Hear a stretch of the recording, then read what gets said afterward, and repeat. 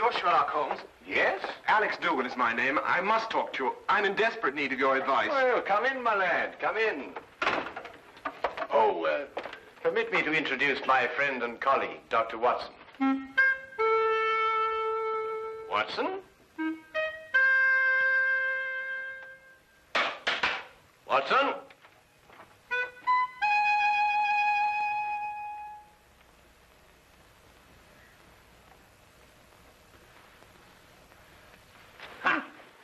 Just as I suspected. Well, Oh, my goodness me, a patient.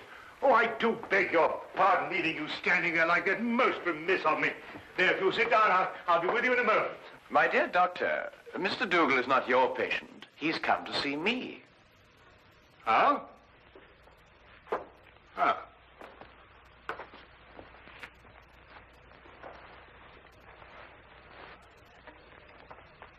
About a matter which I imagine has something to do with the injury you've sustained, eh? About a matter which might prove even more disastrous to a certain young lady if she's allowed to marry this man without somebody telling her. But on the other hand, how can I tell her when... You're jumping about rather a lot, Mr. Dougall. Mentally, of course. Yes, forgive me.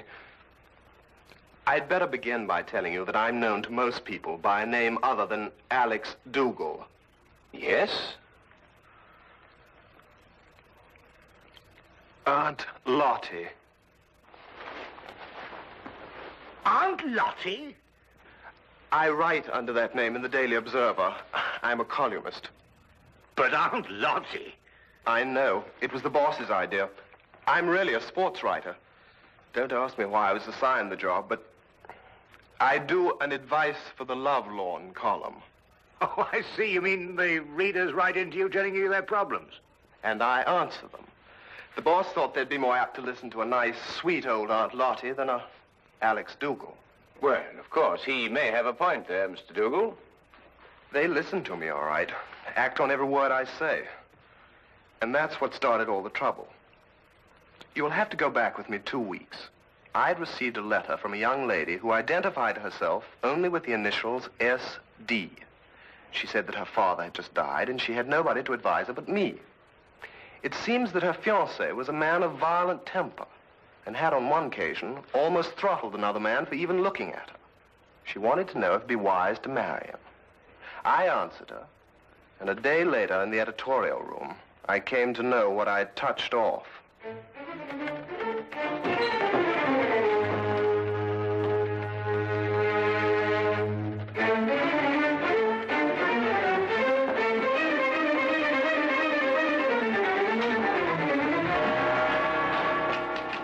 Where can I find Aunt Lottie?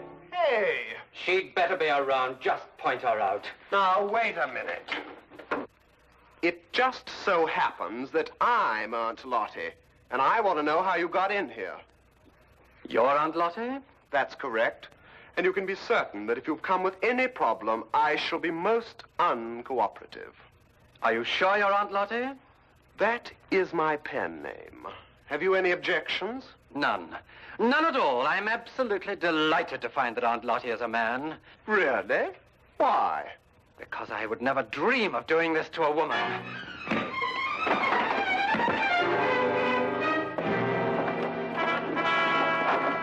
What's the meaning of this? You received a letter the other day from a young lady asking whether it was wise to marry her fiancé, a man of violent temper. That's right. You replied in your column yesterday that it would be most unwise. It is. But what's it got to do with you? I know. Don't tell me.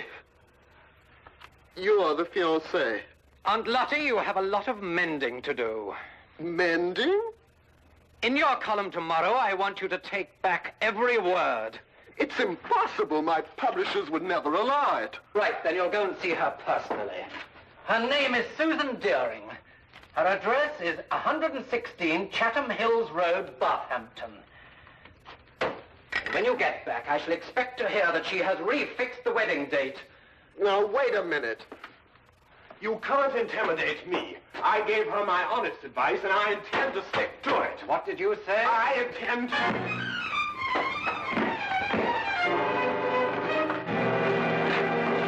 You were saying? I just wanted to know what the address was again.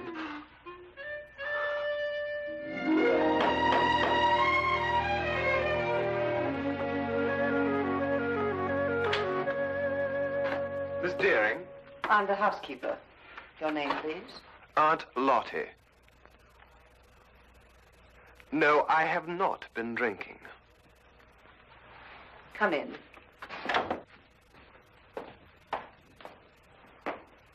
Wait here, please. I'll call her.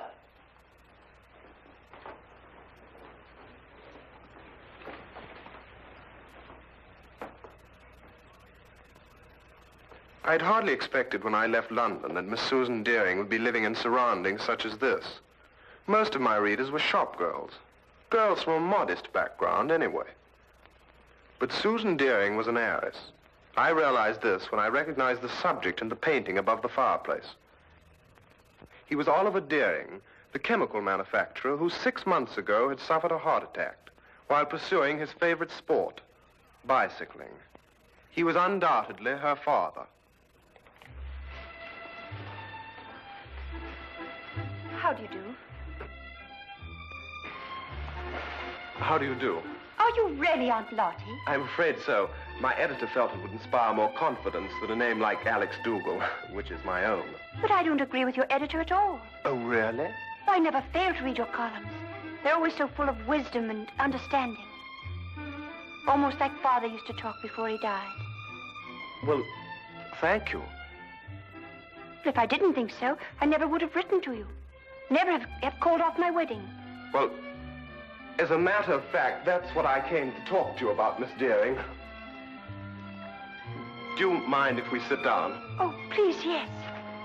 Here you're hurt and I've kept you standing. Just a little accident. Nothing at all. Yet. Would you like a pillow or something? Oh, no, thank you. What bothers me more than any little ache is the advice that I gave you in my column. The advice you gave me, but every word of it was so true.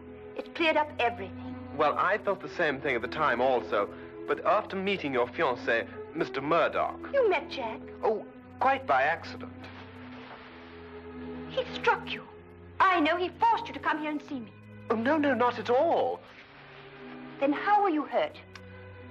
I fell down the stairs. It was an accident. Forgive me. It's quite obvious that a man like you could never be forced to do anything against his will. Well, I should hope not.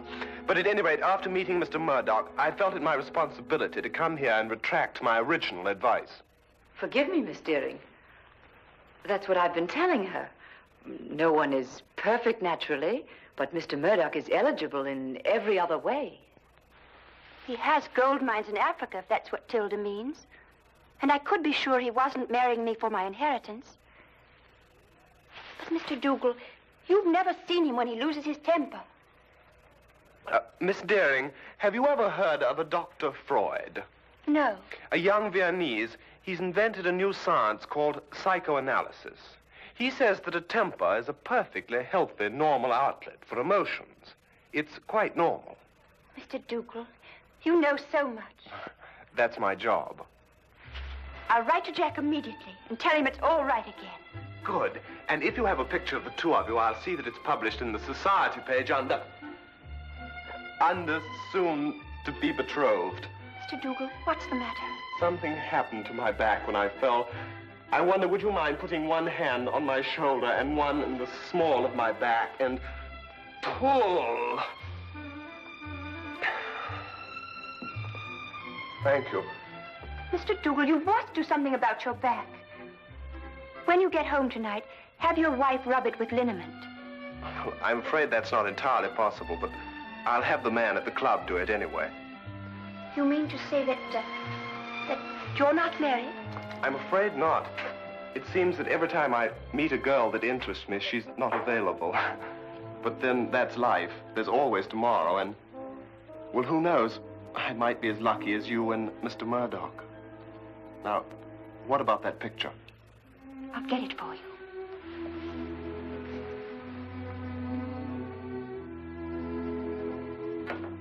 All the way back to London, my eyes kept returning to the snapshot that had been given me, and to Murdock's face. I really hadn't had time to study him when he first came into my office.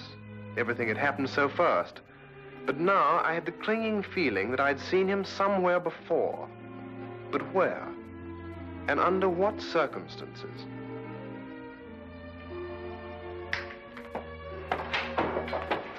Hello, Dougall. I trust you were successful. Extremely. And I'm going back with even more confidence to make her change her mind next time. You're not Jack Murdock, and you don't have any gold mines in Africa. You're Freddie Brill, the racetrack fixer. Now, whatever gave you that idea? I used to be a sports writer, for your information, and I remember you very well. You got flung in jail for nearly killing a jockey that double-crossed you. And if you don't think I can prove it, just come down to the library and I'll show you a back issue with your picture in it. That won't be necessary. I didn't think it would be. So it's her inheritance you're after, is it? That's it. And I don't think you'll be telling her. What are you going to do? First, I'm going to make you best man at my wedding. What? After today, I can't trust you out of my sight. As best man, you have reason for being at my side every minute. But this is insane. Secondly, I make you this promise. If Susan should learn of my true identity before we're married, I won't make inquiries as to who told her. I'll assume it was you. And if it's the last thing I do, I'll kill you.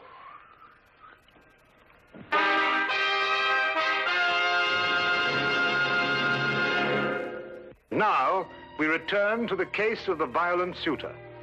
I'm always giving out advice myself, but here I am, strangely enough, asking for it. What shall I do? If I expose Murdock, he'll obviously take his revenge on me. But on the other hand, how can I allow poor Susie to be victimized that way? I see. So it's Susie, is it? Well, up until half an hour ago when I managed to get away from him. Murdock keeps me handcuffed to his side. And naturally, when he saw Miss Deering, I did also. Ah, yes, quite naturally. Well, there's no point in denying it that she does something strange to me. And I found myself wanting to be the groom instead of the best man. That may very well happen yet, Mr. Dougall. But how, with Murdock still in the picture? We'll remove him from the picture. Well, it's simply stated, Holmes. But surely you don't mean to expose Murdock and risk Mr. Dougal's life. No, Watson. If any lives are going to be risked, they'll be yours and mine. Oh. My plans aren't crystallized yet, Mr. Dougall, but my advice to you is to go back to Mr. Murdock and continue to be his best man. You'll hear from me very soon. I'll do anything you say, Mr. Holmes. Thank you, Mr. Holmes. Not at all. Oh, wait.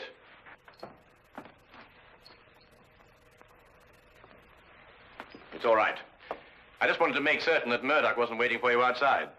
Oh, thank you, Mr. Holmes. Good day. Good day. Good day.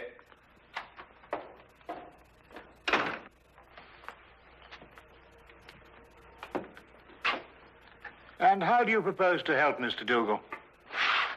By removing Murdock from the picture. But how? By proving that he killed Miss Deering's father. What? Safely behind bars, Murdock could neither marry Miss Deering or harm Dougall. But Miss Deering's father died of a heart attack. He was cycling. You heard it yourself. My dear Watson, it was made to appear as if he had been bicycling. Well, now, really, Holmes, you haven't even left the room. How can you say such a thing?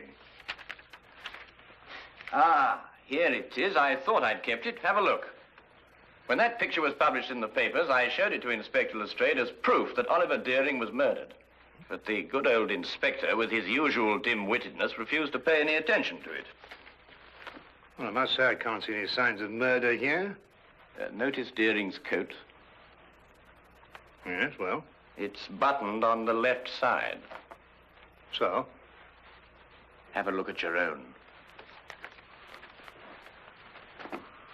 Well, yes, I see that, but... It's my theory that Deering was at home in his shirt sleeves when Murdock struck him a blow on the back of the head that killed him. Then, in an effort to disguise his crime, Murdock, with the aid of a woman, dressed Deering and deposited him and his bicycle on a lonely stretch of country road. But the mistake had been made of buttoning his coat on the wrong side. Yes, but look here, just a minute. You've just talked about a woman. What woman? Well, his accomplice, of course.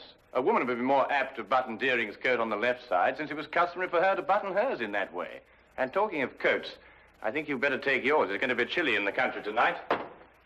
Well, assuming everything you say is true, what's the motive in killing Deering? Well, my guess is that Deering found out Murdock's true identity and prevented him marrying his daughter. And Murdock, seeing himself losing a fortune, lost his temper again. Come on, Watson. We'll pick up Lestrade on the way. Right. Take my coat.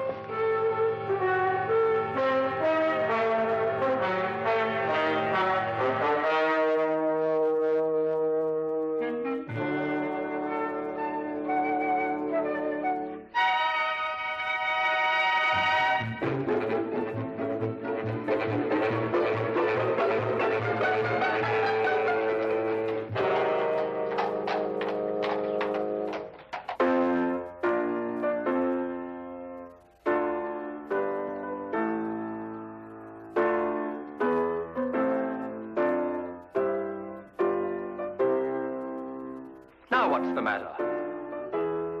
I got a twist in my back. Are you still complaining about that? Don't you talk to him like that. I'll talk to him any way I choose. Not around me, Jack Murdock, you won't.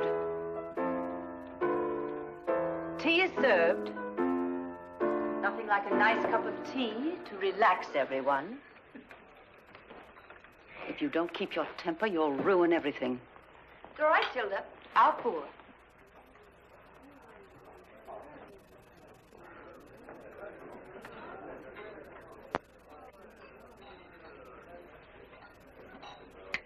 Why didn't I think of it? Of course. Of course, what? The accomplice, it's Tilda. The housekeeper? Yes, it would have to be someone normally attached to the house to have been present at the murder. Tilda fits the part perfectly. She would also have to know Murdock. And from the manner in which she's just been talking to him, that's obvious, too. Your theory sounds as wild now as it did when you first told it to me. Lestrade, give me your gun, will you? What for? Well, I'm just going to put my theory to the test. Wait a minute. Oh, don't worry, I shan't hurt anyone.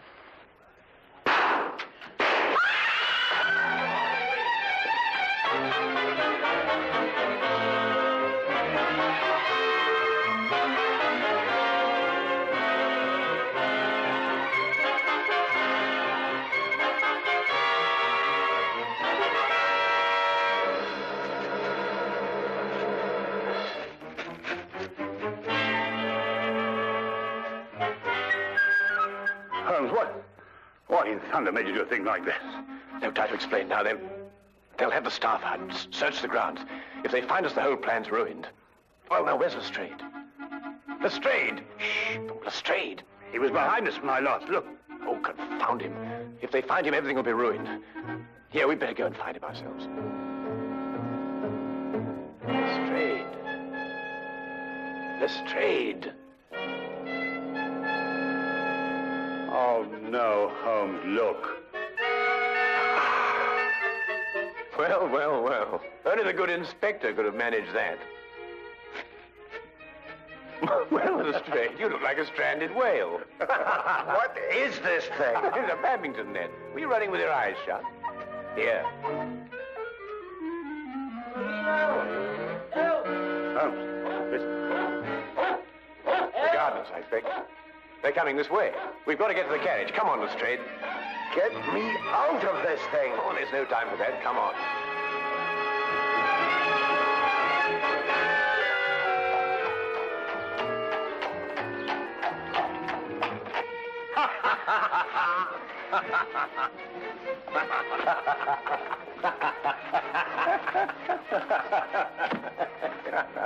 I see no item in the entire evening, Mr. Sherlock Holmes, that would prompt laughter. I'm terribly sorry, Lestrade, but I shall cherish the memory of you thrashing about on that badminton court for years to come. I wouldn't find it so amusing, Holmes, if it had been you who had torn that confounded net from its moorings. Lestrade, it was simply a question of going under it after all. And I haven't forgotten that it was your insane behavior tonight that made it necessary for us to be running at all. Yes, what were you up to, Holmes? Those shots, I mean. Yes, I assume there was a purpose. Oh, a very definite purpose, Lestrade. Those 3 bullets were bait for a trap. Hard bait, I must say. I trust it was the perfect bait for our purpose. I only hope that our delayed departure from the Deerings won't make us too late to see the trap sprung. You mean it wasn't sprung at the Deering? There were too many people there, Watson. You see, if my theory is correct, then Jack Murdock's flat should be the place. And I wonder if we can entice this driver to go just a little bit faster. Cabby! Cabby, go as quick as you can.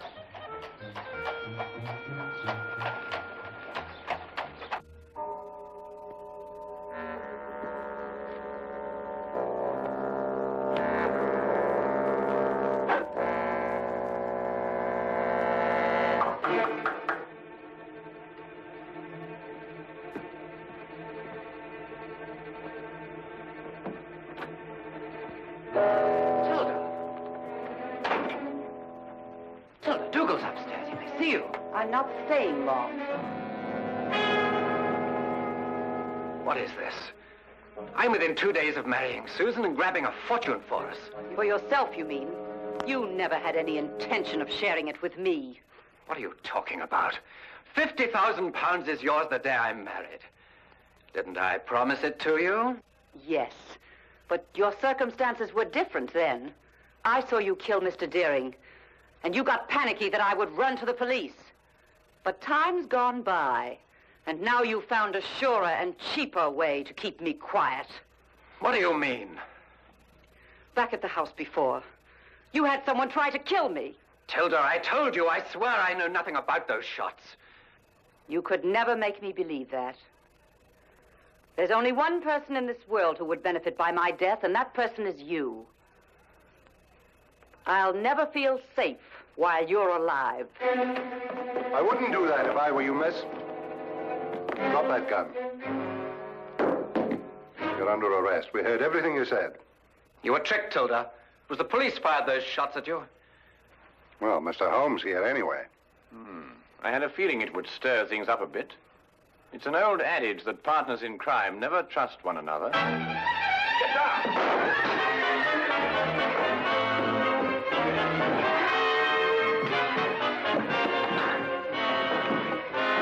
Well, I'll be... I've been practicing my right ever since I met him. Ah, well done, my boy. Well done.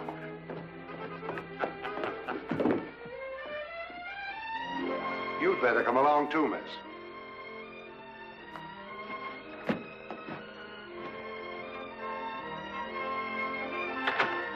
I believe I've outgrown the Aunt Lottie label now.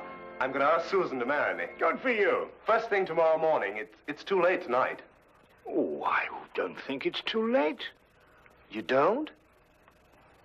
No. Definitely not. I'll go right now. Good idea.